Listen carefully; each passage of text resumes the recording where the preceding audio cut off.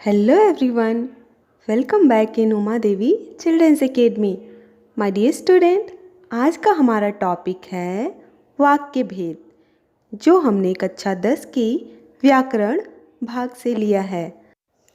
इस वीडियो में हम वाक्य के भेद को समझते हुए उनका रूपांतरण करना भी सीखेंगे। रूपांतरण करना अर्थात एक से दूसरे भेद में बदलना। Okay, so let's begin it. वाक्य भाषा की एक छोटी इकाई है।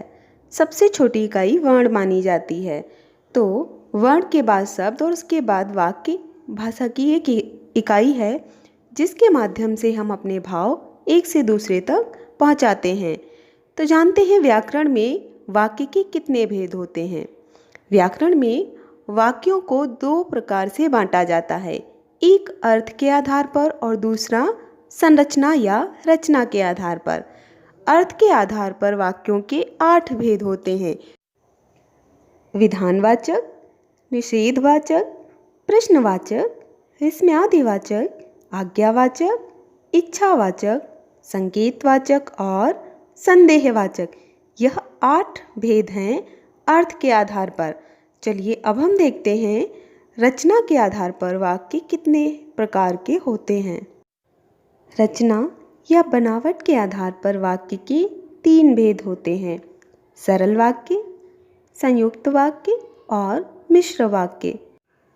वाक्यों के भेद समझने से पहले हमारे लिए यह जानना जरूरी है कि वाक्य संरचना के आधार पर कितने भागों में बांटे जाते हैं, अर्थात वाक्य के कितने अंग होते हैं।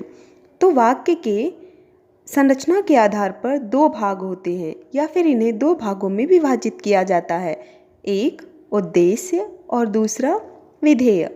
उद्देश्य वाक्य का वह अंग जिसके विषय में कुछ कहा जाए उसे उद्देश्य कहते हैं। उदाहरण के लिए देखते हैं, राम सो रहा है, राजू खाना खा रहा है, किसान फलों के पेड़ भी लगाते हैं, जवान देश की रक्षा करते हैं। अब इन सभी वाक्यों में कुछ ऐसे शब्द हैं जिनको अंडरलाइन किया गया है, जिनको रेखांकित किया गया है। ये सभी रेखांकित शब्द उद्देश्य हैं। उद्देश्य अर्थात जिसके विषय में कुछ कहा जाए। राम सो रहा है, तो राम के बारे में कहा गया, वह सो रहा है। राजू खाना खा रहा है, खाना खा रहा है, कौन खा रहा है? राजू खा रहा है। ठीक इसी तरह किसान फलों के पेड़ भी लगाते हैं, कौन पेड़ लगाता है? किसान लगाता है। जवान देश की रक्षा करते हैं, कौन करता है? जवान। तो इस तरह से इन सभी वाक्यों में जो रेखांकित शब्द हैं वह सभी उद्देश्य हैं। ठीक है, आगे देखते हैं विधेय। वाक्य में उद्देश्य के विषय में जो कुछ कहा जाए उसे विधेय कहते हैं। उदाहरण के लिए देखते हैं, करण खेल रहा है, चित्रकार चित्र बनाता है, चित्रा गीत गा रही है, मंजरी बस से शहर गई। तो इन सभी वाक्यों में आपने देखा, पहले हमने जो हमारा कर्ता था उसको हमने रेखांकित किया था। इसमें क्या है, जो कर्ता के विषय में कहा जा रहा है उसे हमने रेखांकित किया है। तो कर्ता उद्देश्य है और जो शेष भाग है वह विधेय है। खेल रहा है, कौन खेल रहा है? करण। तो करण उद्देश्य है, लेकिन करण क्या कर रहा है? खेल रहा है। तो खेल रहा यह भाग विधेय कहलाएगा। ठीक ऐसे ही इन सभी वाक्यों में जो भाग रेखांकित है वह विधेय है। तो आई होप यू अंडरस्टूड कि उद्देश्य और विधेय क्या होते हैं। वाक्य की संरचना और उनके भेद समझने से पहले इनको जानना ज़रूरी है, क्योंकि इन्हीं के आधार पर हम वाक्यों के भेद में परिवर्तन करते हैं या उनको समझते हैं। चलिए आगे देखते हैं। साधारण वाक्य या सरल वाक्य। जिन वाक्यों में एक ही क्रिया होती है और एक ही कर्ता होता है वह साधारण वाक्य कहलाते हैं। दूसरे शब्दों में कहें, जिन वाक्यों में केवल एक ही उद्देश्य और एक ही विधेय होता है उन्हें साधारण या सरल वाक्य कहते हैं। अब जैसे बिजली चमकती है, पानी बरसा, इन वाक्यों में एक एक उद्देश्य अर्थात एक ही विधेय और एक ही उद्देश्य है या फिर एक ही कर्ता है, अतः ये साधारण या सरल वाक्य हैं। संयुक्त वाक्य, जिस वाक्य में दो या दो से अधिक उपवाक्य मिले हों परंतु सभी वाक्य प्रधान हों तो ऐसे वाक्य को संयुक्त वाक्य कहते हैं।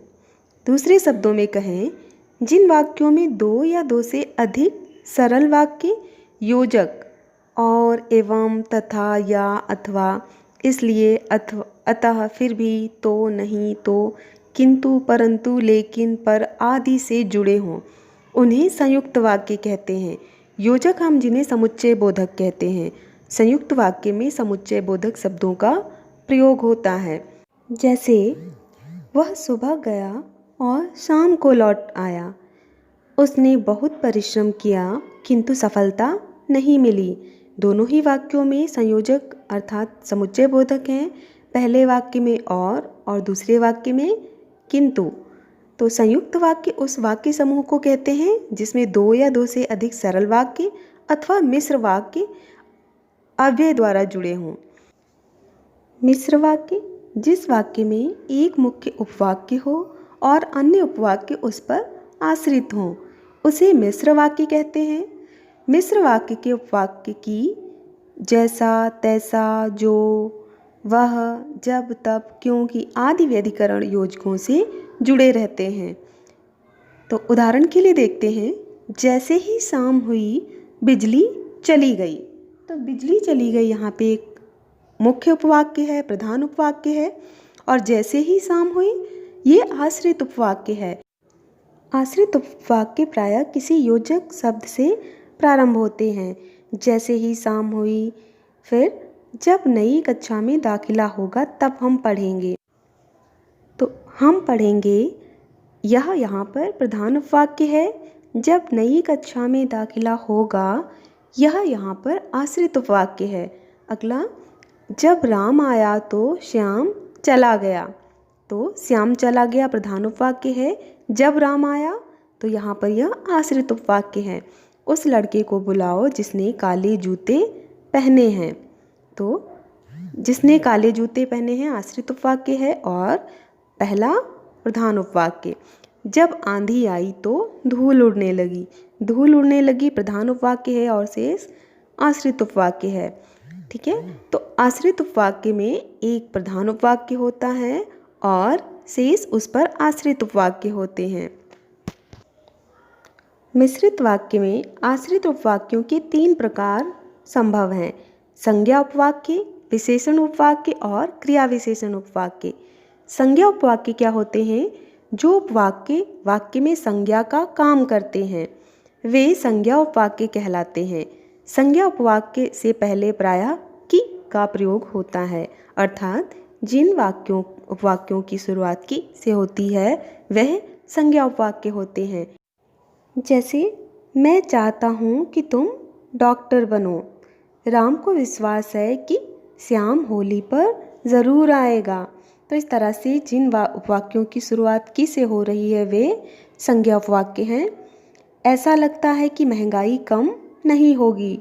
गांधी जी कहते थे कि हिंसा नहीं करनी चाहिए। विशेषण उपवाक्य, जो उपवाक्य मुख्य उपवाक्य में संज्ञा सर्वनाम पदबंध की विशेषता बताते हैं उन्हें विशेषण उपवाक्य कहते हैं। उदाहरण के लिए, जिसने कार्य नहीं किया वह खड़ा हो जाए। तो वह यहाँ पर क्या है? सर्वनाम है और वह खड़ा हो जाए ये पूरा सर्वनामिक पदबंध हो गया क्योंकि उसके साथ जो पद आए हैं वो उसके बंध अर्थात उसके साथ जुड़े हैं। तो जिसने कार्य नहीं किया है ना, तो जिसने कार्य नहीं किया वह खड़ा हो जाए, यहाँ पर यह सर्वनाम से संबंधित है तो यह विशेषण उपवाक्य है। जो आदमी पढ़ाता है वह अध्यापक होता है। तो वह जो पढ़ाता है अर्थात वह की विशेषता है कि वह पढ़ाता है, इसलिए सर्वनाम या संज्ञा की जो विशेषता बताएं वह विशेषण होते हैं। तो वह अध्यापक होता है, यह एक उपवाक्य है और इसकी विशेषता कौन बता रहा है? जो आदमी पढ़ाता है। तो वह आदमी जिसकी विशेषता है कि वह पढ़ाता है वह अध्यापक होता है। तो यहाँ पे जो से जो स्टार्ट हुआ है वो क्या है, विशेषण उपवाक्य है। ठीक ऐसे ही उन अंकल को बुलाओ जिनके हाथ में बैग है, तो यह भी विशेषण उपवाक्य है। और उदाहरण देखते हैं, वह साइकिल कहाँ है जिससे आप कल आए थे। ठीक है, तो वह साइकिल जिससे आप कल आए थे, तो यह विशेषण उपवाक्य है। उस साइकिल की विशेषता है ना कि जिससे आप आए थे। जिसे आप ढूंढ रहे हैं वह तो चला गया है ना, जिसे ढूंढा जा रहा है वह चला गया है, तो ये उसकी विशेषता है। वह आम कौन सा है जो दशहरी है। ये सभी उदाहरण आप ध्यान से देखिए, सभी विशेषण उपवाक्य हैं। इनको जिसने, जो, आदमी, इस तरह से किन शब्दों से स्टार्ट किया गया है इस पे भी विशेष ध्यान देना है। अब बात करते हैं क्रिया विशेषण उपवाक्य की।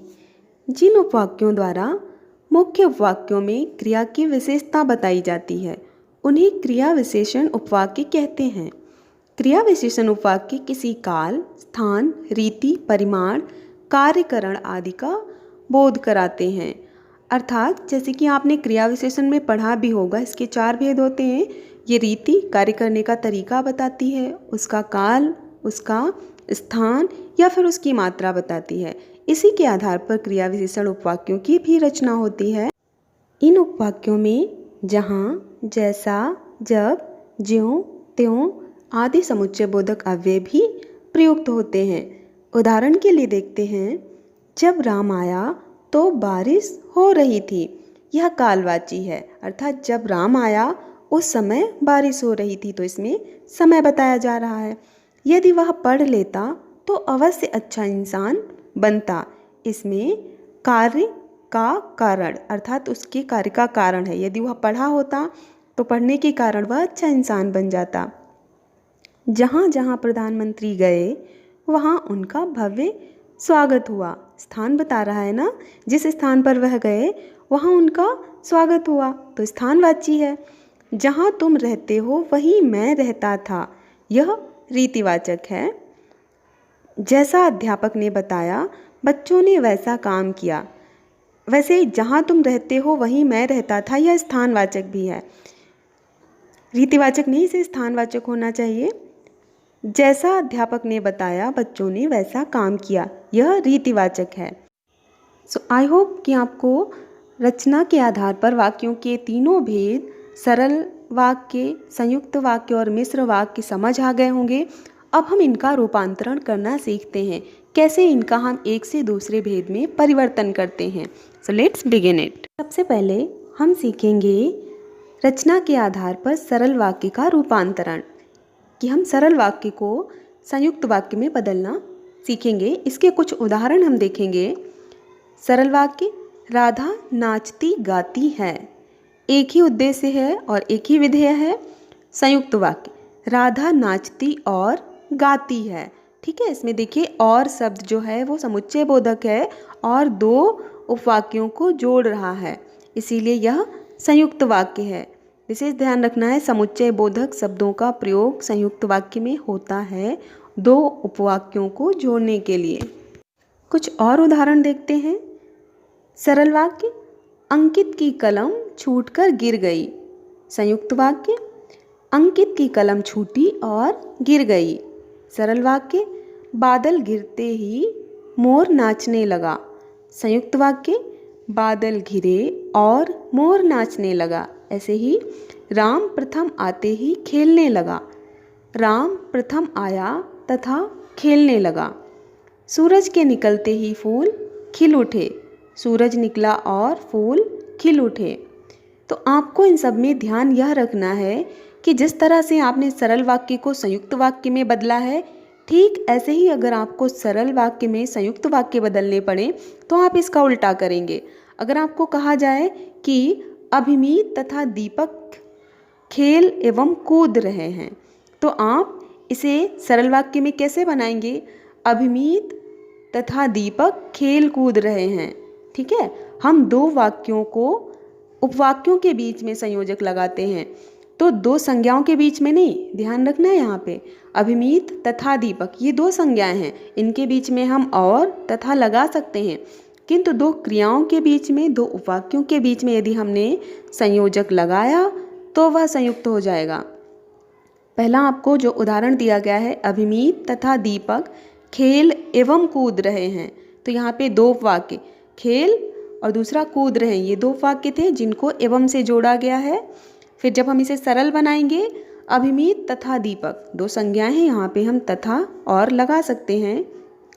फिर खेल कूद रहे हैं, खेल कूद दो क्रियाएं हैं, उनको हम अलग नहीं कर सकते, इसलिए हमने वहाँ पे योजक चिन्ह लगा लिया है, समुच्चय बोधक शब्द नहीं लगाया। ठीक है, तो अगर आपको सरल वाक्य से संयुक्त बनाना है या संयुक्त से सरल बनाना है तो आप इन्हीं नियमों को उल्टा करके बना सकते हैं। आगे देखते हैं सरल वाक्य से मिश्र वाक्य बनाना। सरल वाक्य से मिश्र वाक्य। सरल वाक्य, राधा नाचती गाती है। मिश्र वाक्य, जो नाचती गाती है वह राधा है। मोहन हंसकर बोला, वह मोहन है जो हंसकर बोला। ध्यान रखना है, जब हम मिश्र वाक्य बना रहे हैं तो हम अव्यय शब्दों, योजक अव्यय का प्रयोग कर रहे हैं, जो, जैसा, जिनका, जिसके, तो, क्योंकि, इस तरह के शब्दों को। तुम पढ़कर सो जाना, जब तुम पढ़ लोगे तब सो जाना। अंकित की कलम छूटकर गिर गई, जो कलम अंकित से छूटी वह गिर गई। ठीक है, तो आपको ध्यान रखना है कि संयुक्त में हम समुच्चय बोधक शब्दों का प्रयोग करते हैं और मिश्र में हम योजक शब्दों का, अव्यय योजक शब्दों का प्रयोग करते हैं। रचना के आधार पर संयुक्त वाक्य का रूपांतरण। संयुक्त वाक्य से सरल वाक्य बनाना हम पहले सीखते हैं। संयुक्त, सभी लिख चुके हैं लेकिन सृजिता अभी तक लिख रही है। सरल, सभी के लिख चुकने पर भी सृजिता लिख रही है। तो हमने यहाँ पे लेकिन, जो कि समुच्चय बोधक है, उसे हटा दिया। इस तरह से यह एक विधेय और एक उद्देश्य हो गया। यहाँ पर ये दो वाक्य थे, अभी हमने एक ही वाक्य बना लिया है, उसको दो, एक ही विधेय और एक ही उद्देश्य में परिवर्तित करके। संयुक्त, निधि रात भर पढ़ती है ताकि परीक्षा देने की तैयारी कर सके। सरल वाक्य, निधि रात भर पढ़कर परीक्षा देने की तैयारी करती है। अभिलाषा ने रोना शुरू किया और बेहोश हो गई। अभिलाषा रोते हुए बेहोश हो गई। ठीक है, एलिन फेसबुक का उपयोग करती है या व्हाट्सएप का उपयोग करती है, या यहाँ पर समुच्चय बोधक है। सरल वाक्य, एलिन फेसबुक या व्हाट्सएप का उपयोग करती है। हमने देखिए या वहाँ पे दो वाक्यों के बीच में लगाया था, एलिन फेसबुक का उपयोग करती है या व्हाट्सएप का उपयोग करती है। उपयोग करना क्रियाएं दो बार आई हैं, तो ये दो वाक्य हो गए। हमने जब इसे सरल बनाया तो एलिन फेसबुक या व्हाट्सएप, दो संज्ञाओं के बीच में या लगाया, किंतु हमने विधेय और उद्देश्य एक ही रखा है ना। एलिन एक ही है, क्रिया भी एक ही है, तो इसलिए यह सरल हो गया। तो आई होप यू अंडरस्टूड दिस। अब हम संयुक्त वाक्य को मिश्र वाक्य में बदलना सीखते हैं। संयुक्त वाक्य, श्रेयसी बीमार थी अतः स्कूल नहीं आई। श्रेयसी स्कूल नहीं आई क्योंकि वह बीमार थी। तो पहला वाक्य संयुक्त है, दूसरा क्या है, मिश्र है। क्योंकि क्या है, मिश्र में लगाया गया योजक है, अतः क्या है, यह समुच्चय बोधक है। संयुक्त वाक्य, सौमिता ने खाना खाया और चली गई। दो क्रियाएं हैं, दो वाक्य हैं। मिश्र वाक्य, ज्यों ही सौमिता ने खाना खाया वह चली गई। संयुक्त वाक्य, आयुष ने केक काटा और सबको बांट दिया। मिश्र वाक्य, आयुष ने सबको केक तब बांटा जब काट लिया। ठीक है, तो संयुक्त और को हम मिश्र में कैसे बदलेंगे, यह आपने समझ लिया। ठीक ऐसे ही अगर आपको मिश्र को संयुक्त में बदलना है तो आप इसी नियम को उल्टा कर सकते हैं। ठीक है, यहाँ वाक्य परिवर्तन के कुछ और उदाहरण आपको दे रहे हैं, आप इन्हें ध्यान से पढ़िए और इनका अभ्यास करिए। रचना के आधार पर सरल वाक्य का परिवर्तन, सरल वाक्य से संयुक्त वाक्य बनाना, इसके कुछ उदाहरण दिए गए हैं, इन्हें आप ध्यान से पढ़ेंगे ताकि आप इन्हें और स्पष्ट रूप से समझ सकें। सरल वाक्य से मिश्र वाक्य बनाना, इसके कुछ उदाहरण आपको दिए जा रहे हैं, आप इन्हें भी ध्यान से पढ़िएगा। सरल वाक्य से मिश्र वाक्य बनाना, कुछ उदाहरण आपको स्क्रीन पर दिखाई दे रहे हैं। संयुक्त वाक्य से सरल वाक्य बनाना, इन सभी को यदि हम संयुक्त से सरल बनाएं या सरल से संयुक्त बनाएं तो हम उन्हीं नियमों को उल्टा करके, जैसे आपने संयुक्त वाक्य को सरल में बदला तो आपको पता है कि सरल वाक्य की क्या नियम है, सरल वाक्य की क्या विशेषताएं होती हैं, उन्हीं को आप परिवर्तित करके उन्हें संयुक्त वाक्य में बदल सकते हैं। यही आप मिश्र वाक्य के साथ कर सकते हैं। तो आई hope you understood this topic very well. संयुक्त वाक्य से मिश्र वाक्य बनाना, यहाँ कुछ उदाहरण आपको दिखाई दे रहे हैं, आप इनको भी ध्यान से पढ़िए और इनका अभ्यास करेंगे। So my dear student, I hope you understood this topic very well. Now this is time for leave. Thank you, have a nice day, take care, bye bye.